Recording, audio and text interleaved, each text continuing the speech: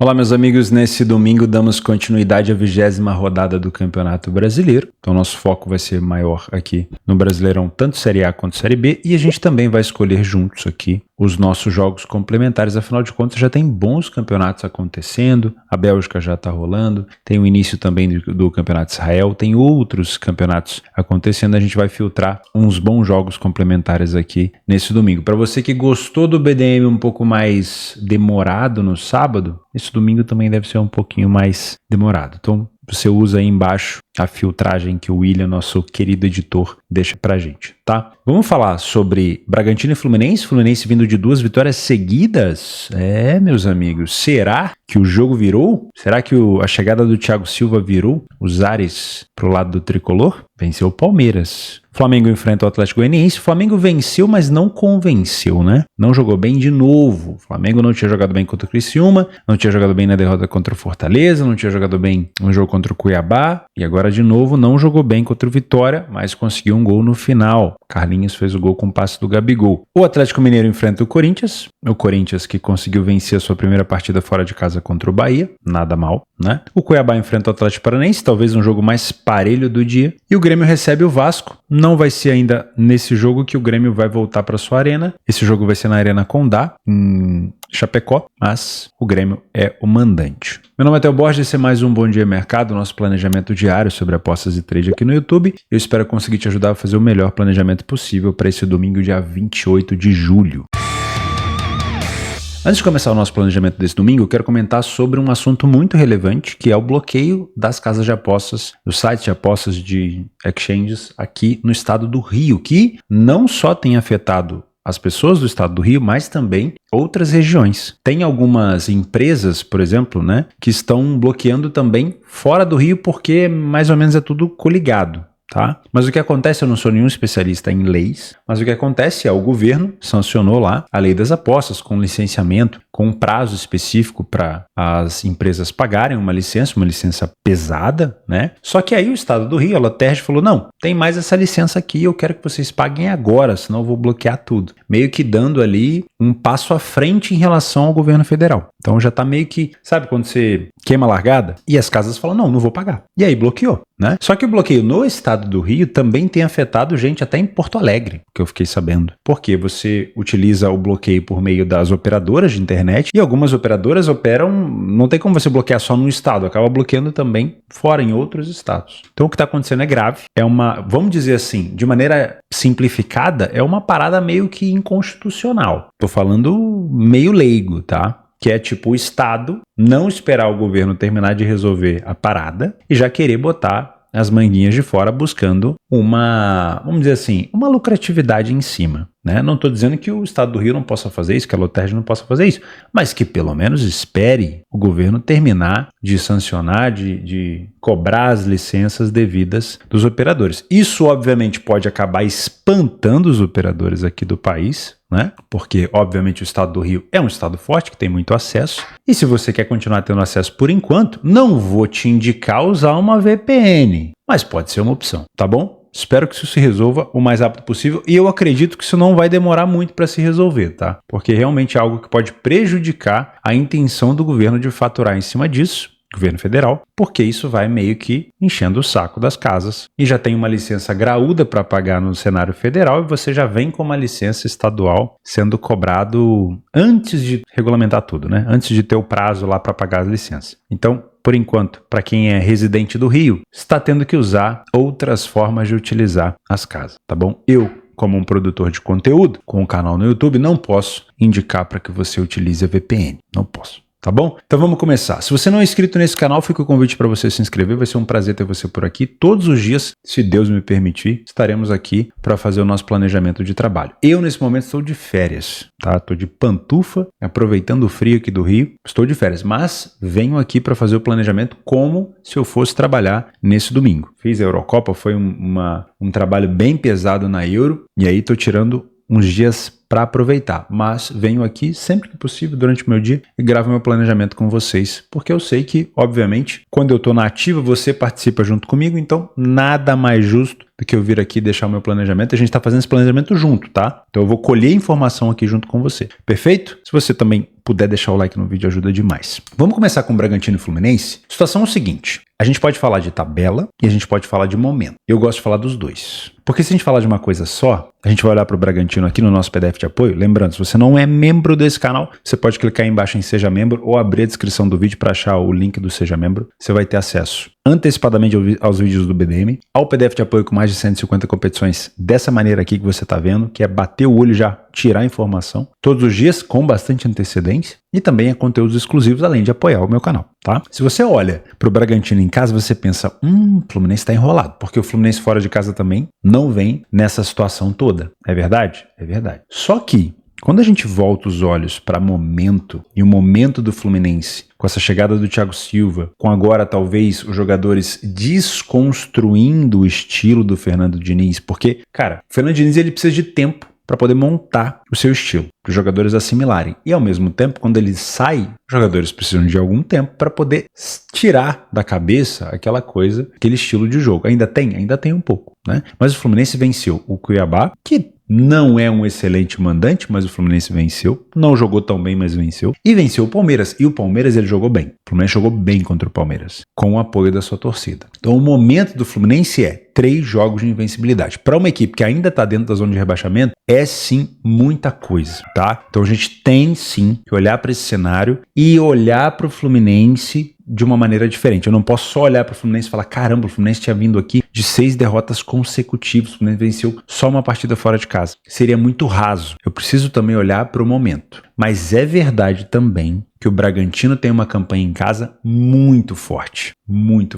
tá? E além disso, o Bragantino acabou de se classificar para as oitavas da Sul-Americana, né? Fez o playoff contra o Barcelona de Guayaquil, empatou 1-1 lá e venceu em casa por 3-2. Jogo bem over e o Bragantino passou. Então o Bragantino mantém mais uma competição aí na sua cartela. De novo em casa, mais uma vitória. Então, além do bom jogo em casa no Brasileirão, ainda conseguiu ter um bom desempenho em casa na Sul-Americana. No Brasileiro, 88% dos jogos ele sai na frente. Não falhou em marcar em nenhum jogo, mas tem as suas deficiências na defesa. Tem sofrido ali quase um gol por jogo. Não é uma equipe que sofre tanto, mas tem sofrido quase um gol por jogo. O Fluminense, além de poucas vitórias, não tem tanta iniciativa, não sai tanto na frente, falhou em marcar em quase 60% dos jogos e ficou sem sofrer pouquíssimas vezes. Então tem uma defesa frágil e um ataque fraco. Se eu olhasse só pro quesito dentro e fora de casa, o Bragantino aqui teria uma cotação muito menor, muito provavelmente abaixo de 2. Por que essa cotação do Bragantino não está abaixo de 2? Porque o mercado olha para o momento do Fluminense no geral e respeita, que é um time que tem potencial, obviamente, para sair da zona de rebaixamento, né? Na questão de aproveitamento, o Bragantino é muito melhor no aproveitamento. O Fluminense realmente é uma equipe que deixa a desejar em relação ao aproveitamento. O primeiro tempo do Bragantino é muito melhor, mas o segundo tempo do Bragantino não é tão bom. Só que o segundo tempo do Fluminense é péssimo. É onde o Fluminense mais toma gol. É mais ou menos o que o Fluminense tem apresentado em casa,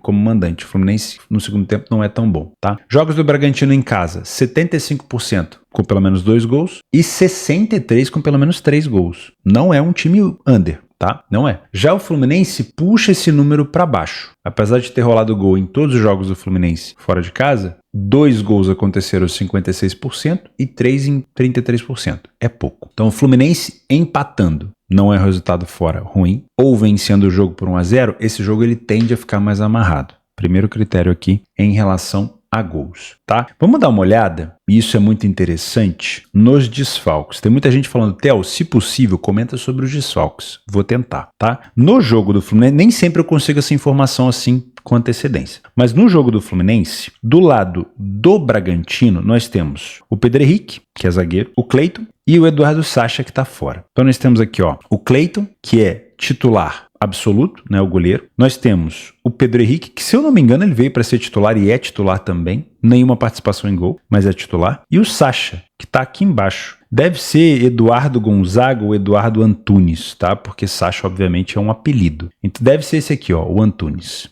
tá? Acredito que seja esse. Ele tá como meia aqui, mas eu acredito que seja esse. Tem 3 assistências e 2 gols. Deixa eu ver se é isso aqui mesmo. Eduardo Sacha, estatísticas. Exatamente, 2 gols. Então é ele. Ele não joga. Então eu tenho aqui um dos maiores assistentes e um goleador, não tanto, não é o maior, mas um dos, fora do jogo, tá? Do lado do Fluminense, somente o Thiago Santos, que é titular, não teve participação em gols, mas está suspenso também, tá? Olhando para essa cotação do Bragantino, pensando somente em campanha dentro de casa, eu vejo com bons olhos essa cotação do Bragantino acima de 2, com todo respeito ao Fluminense. O que faz eu ter um pouco de receio? É o momento do Fluminense. Não é a campanha do Fluminense fora, é o momento do Fluminense. Então, se você realmente, assim como o mercado, tem uma desconfiança por conta do bom momento do Fluminense, talvez esperar uma cotação do Bragantino um pouco mais alta seja interessante. Mas o primeiro tempo do Bragantino é bom e o aproveitamento nas finalizações do Bragantino é muito bom. Por isso, eu não duvido que a gente tenha pelo menos um gol do Bragantino por aqui, né? É uma opção para você criar aí a sua ideia de aposta. E não duvido de verdade que o Bragantino poderia ter uma cotação um pouquinho mais baixa. Acho que não seria nenhum demérito. Mesmo o Fluminense vindo de um bom momento, não seria nenhum demérito. Por quê? Eu vi um bom jogo do Fluminense contra o Palmeiras, mas eu não vi um bom jogo do Fluminense contra o Cuiabá. Então, se o Fluminense repetir, por exemplo, um jogo que fez contra o Cuiabá, eu acho que o Bragantino vence. Agora, se for aguerrido e criar situação de perigo como criou contra o Palmeiras, aí já pode até ser um jogo over, tá? Então eu vou pensar no cenário pro ao vivo de correção de preço, ou seja, venho com uma ideia de que se o Bragantino conseguir fazer um bom primeiro tempo como vem fazendo, trabalhar contra o Fluminense no trade. Se o Bragantino sair na frente do placar, me abre uma possibilidade para o over 1,5, para o 2,5, pode ser interessante, dependendo se o Fluminense vier para cima. Lembrando que depois da recuperação, talvez seja a primeira vez que o Fluminense ficaria atrás do placar, não sei como o Fluminense reagiria, é verdade. Agora, se o Fluminense sair na frente ou o jogo permanecer no 0-0, não vou pensar em gols, ok? Então, cenário para gols seria o Bragantino na frente. Dá para pensar nessa vitória do Bragantino?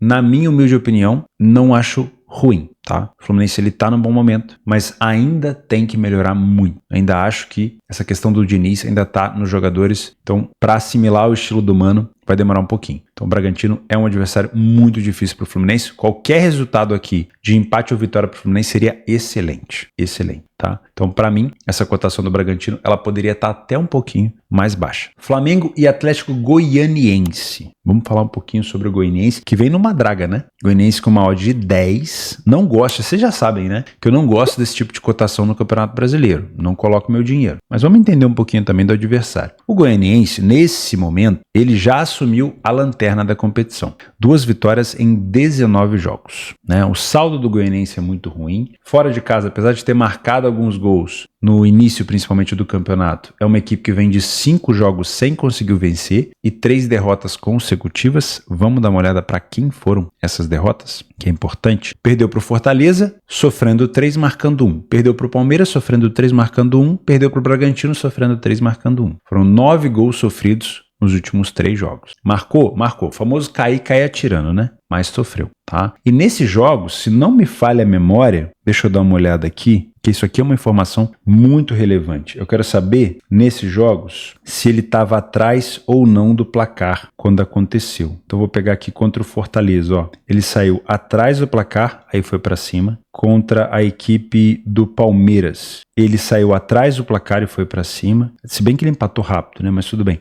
E contra o Bragantino, ele saiu atrás do placar, tomou mais um gol e aí foi para cima. Então, é o cenário que a gente precisa. Flamengo na frente, quero trabalhar gols, Theo. Flamengo na frente, para poder explorar o mercado de gols, tá? Então aqui, como o Flamengo vem sofrendo gol como mandante, esse jogo vai ser no Maracanã, provavelmente. Como o Flamengo vem sofrendo gol como mandante quase todo jogo, eu não duvido de pelo menos 2 gols. O ambas marcam, ele já é um pouco mais complexo, mas eu não duvido. O Flamengo ele tem umas coisas com sofrer gol que é impressionante, né? Se a gente olhar aqui, ó, o Flamengo sofreu gol em quase todos os jogos. Dos 9, apenas 1, se eu não me engano, ele ficou sem sofrer. Apenas 1. Então é uma equipe que sofre e marca com muita frequência. 10 gols para o vice-líder da competição nesse momento. 10 gols sofridos é muito... É claro que o Palmeiras já deve ter jogado. Pode ser que tenha vencido Vitória, provavelmente.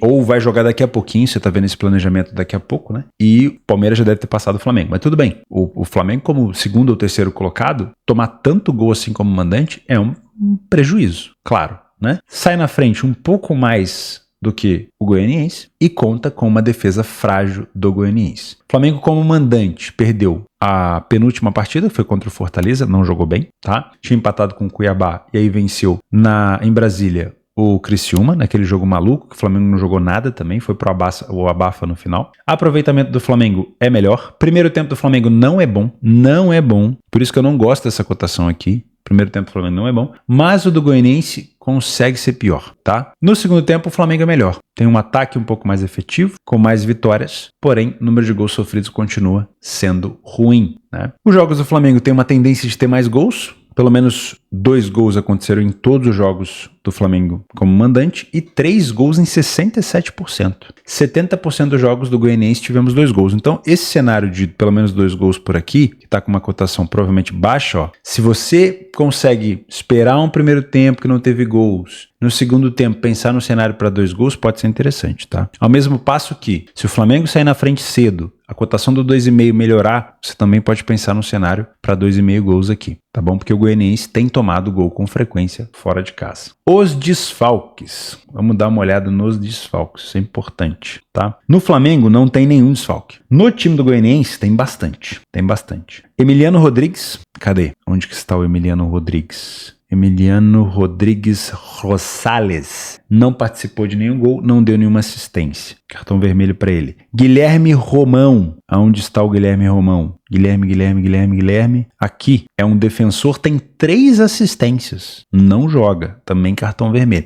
O Goianiense toma cartão vermelho pra caceta, né? E o Alex Vinícius. Alex, não é nem Alex, é Alex. Também defensor, goleador, hein? Defensores do Goianiense são ponta firme. Goleador com 2 gols, 2 gols, também não joga suspenso. O Max, onde é que está o Max? Aí é só tem Max aqui, é sacanagem pra achar o nome do cara também, né? E esse Alejo também, ó. Alejo, pra quem lembra do videogame, tá suspenso, nenhum gol, nenhuma assistência. O Max, vai ser difícil encontrar ele aqui, né? Pode ser um sobrenome, pode ser o primeiro nome, enfim. O Max também tá suspenso. 2 jogadores, defensores titulares com participação em gols, não jogam. É o suficiente, na minha opinião, para já cravar a vitória do Flamengo? Não é, tá? Mas, sinceramente, eu não me casaria com essa cotação do Flamengo. Acredito que vence, acredito num jogo para gols. O Goianiense é uma equipe que geralmente joga para contra-ataque, então ele provavelmente vai falar: Flamengo, toma a bola. Flamengo vai jogar propondo. E aí, vamos ser sinceros aqui. Flamengo jogando contra defesas postadas. Cuiabá só conseguiu empatar. Criciúma virou com aquele pênalti maluco, depois convertido pelo Gabigol. Vitória, em algum momento do jogo até se postou, mas não tanto. Fortaleza, em algum momento do jogo se postou, mas não tanto. Contra-atacou. O Flamengo, quando joga contra a defesa postada, ele não tem jogado bem. O Flamengo gosta de jogar, e isso aí faz parte do estilo do Tite, contra equipes que o atacam. Como que eu faço o Goianiense atacar o Flamengo? O Flamengo saindo na frente, claro. E é por isso que é um cenário para gols. Agora, o jogo 0-0 vai te dar a oportunidade de trabalhar a favor do Flamengo no trade, com uma cotação estabilizada, mas se o Goianiense estiver buscando contra-ataque, não vai valer a pena, tá? Eu não me casaria com essa cotação do Flamengo a 1,36, sabendo que o Flamengo está tendo dificuldade para marcar gol contra defesas fechadas. Agora, se o Flamengo faz um gol cedo, aí o Goianiense está enrolado, né? Porque se ele sair para o jogo, ele tende a sofrer mais gols por aqui, tá bom? Você pode, se você acha que o Flamengo vai marcar um gol cedo, que ele tem capacidade de vencer por 2 gols de diferença, como fez o Bragantino, o Palmeiras. Quem foi a outra equipe que venceu o Goianiense por 3 gols? Bragantino, Palmeiras e o Fortaleza.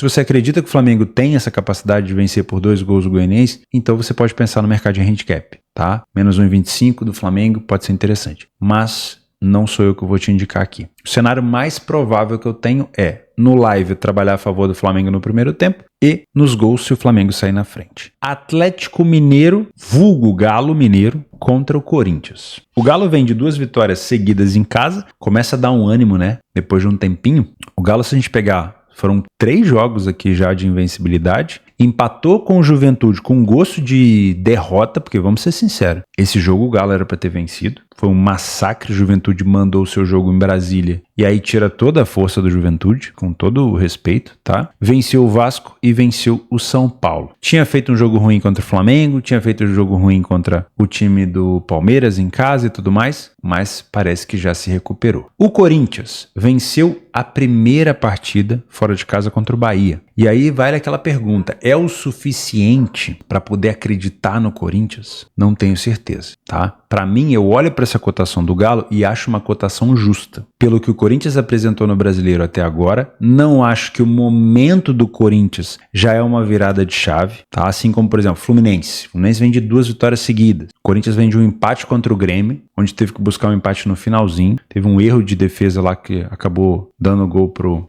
Grêmio. E, sinceramente, o Galo com 2 vitórias seguidas em casa e 3 jogos de invencibilidade, acho que merece essa cotação. Não acho que é uma cotação que poderia estar mais baixa do que isso, tá? Inclusive, até no momento do jogo, acho que ela pode até subir para 1,75, 1,80. Mas não vou contestar. Também não vou pôr dinheiro, ok? Porque o Galo é uma equipe muito agressiva e que, se não der certo, se não encaixar o estilo, ele acaba tomando muito contra-ataque. Ele acaba tomando muitas situações de perigo, vulgo o jogo contra o Flamengo. O Flamengo jogando praticamente reserva ali, não vou dizer reserva, mas bem desfalcado por conta das convocações, o Atlético permitiu ao Flamengo fazer o Flamengo jogar o melhor jogo praticamente do ano. Vamos dizer assim. Não que o Flamengo não tenha mérito, mas o Galo teve demérito, com certeza. Tá? Em relação à estatística, o Corinthians não tem iniciativa quase que nenhuma, falhou em marcar em quase 70% dos jogos e somente em 10% não sofreu gol. A média de gols sofridos do Corinthians fora é absurda, né? E se a gente colocar na tabela de classificação, o Corinthians está fora da zona de rebaixamento, mas é um dos piores visitantes da competição, tá bom? Então, para mim, com todo respeito ao Corinthians, para mim essa cotação do Galo tá justa. Não vou botar dinheiro a favor, porque se ela tá justa, não tem valor para mim. Ela tá somente justa, ela deveria estar aí mesmo. Se ela fosse 1,90, 2, opa. Se ela fosse a odd do Bragantino, eu já ia olhar com mais carinho, tá bom? Não acho que o empate é ruim pro Corinthians, tá bom? Não acho que o empate é ruim pro Corinthians. Em relação ao aproveitamento, o Galo é muito superior, precisa de quase 3 vezes menos finalizações no alvo para marcar um gol. O primeiro tempo do Galo é melhor, mais agressivo, porém, defensivamente tem sofrido a mesma quantidade de gols. E no segundo tempo, o Galo consegue quase equiparar em relação à ruindade, tomando 7 gols. Então, por mais que pareça um jogo under, porque o Corinthians não tem marcado tanto gol, eu não duvido nada de um ambas marcam por aqui. Por quê? Porque o time do Galo sofre gol pra caramba, tanto no primeiro quanto no segundo tempo. Né? Olha só a média de gols sofridos do Galo, 1,44, bem parecido com a do Corinthians. Né? O último jogo não sofreu contra o Vasco, mas sofreu contra o São Paulo. Ó, vamos pegar os últimos jogos do Galo aqui. Ó. Sofreu contra o São Paulo, contra o Flamengo, contra o Goianiense, contra o Fortaleza e contra o Palmeiras. Então, não duvido de um ambas marcas, o mercado duvida, eu não duvido, tá? Não duvido de um over 1,5 aqui também, que tá pagando 1,30, tá ruim. Pré-live tá ruim, espera melhorar, mas não duvido. Theo, quero um cenário para gols, no ao vivo. O Galo na frente. O Galo é um time com o Milito que gosta de contra-atacar. O Galo na frente. O Corinthians, se estiver saindo para o jogo, é um cenário interessante. Vamos falar sobre desfalques. Vamos lá. O Galo não conta com o Zaratio e com o Alisson. Vamos dar uma olhada aqui, ó. Zaratio.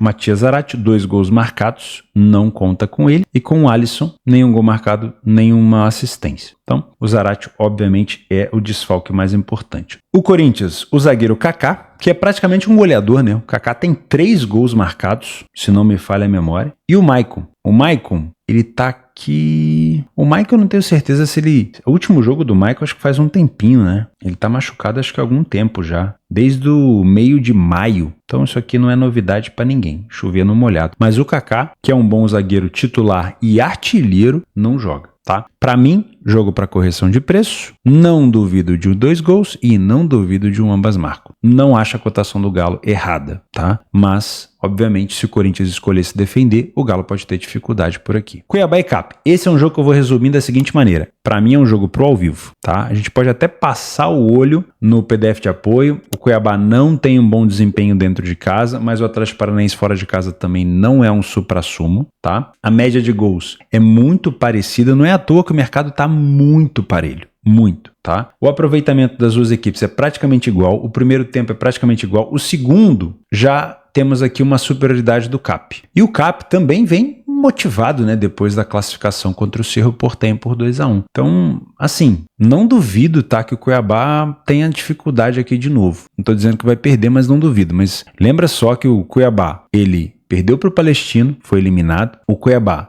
ele perdeu para o Fluminense, ressuscitou o Fluminense. O Cuiabá perdeu para o Botafogo, empatou com o Bragantino e empatou com o Goianiense. Então é um time que não vem vencendo quase ninguém, tá bom? E tem essa coisa da pressão. Ao mesmo ponto que o Atlético Paranaense vem motivado pela classificação para as oitavas da Sul-Americana, que não deveria nem ter passado pelos playoffs, mas tudo bem, porque era para ter classificado em primeiro, o Cuiabá vem desmotivado, mas precisando dar uma resposta, né? Porque agora sobrou o Brasileirão, se não me engano, não sei se o Cuiabá tá na Copa do Brasil. Então, para mim é um jogo extremamente parelho, não vou mensurar nada aqui com vocês, acho que é um jogo pro ao vivo. Grêmio e Vasco. Resultado bom do Grêmio nos últimos jogos, tá? Em relação principalmente a um empate contra o Corinthians na Arena do Corinthians. Tinha vencido o Vitória por 2-0, perdido para o São Paulo fora por 1-0 e venceu o Operário na Copa do Brasil. Ainda é um time difícil de confiar o Grêmio? Sim. O Grêmio tem boa campanha em casa? Ou como mandante? Não. O Vasco estava num momento de virada de chave, perdeu para o Galo. É o suficiente para falar que o Vasco já não está jogando nada? Não. O Vasco é um time organizado. Principalmente quando ele tem que jogar de maneira mais reativa, tá? O Vasco, ele fechadinho, jogando reativo, ele não é ruim, não. Então, para mim, essa cotação do Grêmio, ela poderia... Não seria nada injusto se ela tivesse um pouquinho mais alta, tá? Não seria nada injusto. Mas... tudo bem. Vamos dar uma olhada aqui, ó. O Grêmio tem mais iniciativa como mandante, sai mais na frente do placar, falha um pouquinho menos do que o Vasco e fica mais jogos sem sofrer gol. Então, ofensivamente não é um jogo atrativo, mas defensivamente o Grêmio tem uma defesa mais sólida que a do Vasco, apesar de ter sofrido aqui um gol por jogo. No aproveitamento, o Grêmio precisa de menos finalizações para marcar um gol, mas não é tão menos assim. O primeiro tempo do Grêmio é levemente superior, o Vasco tem um primeiro tempo terrível, né, com a quantidade de gols sofridos e poucos gols marcados, e no segundo tempo as coisas ficam bem parelhas. Jogos do Grêmio, 67% com 2 gols, jogos do Vasco, 78% fora com pelo menos 2 gols. Não me parece ser aquele tipo de jogo que a gente vem entusiasmado para gols. Tá? Corinthians e Grêmio também não era, mas às vezes vem um negócio fora da caixinha. Lembra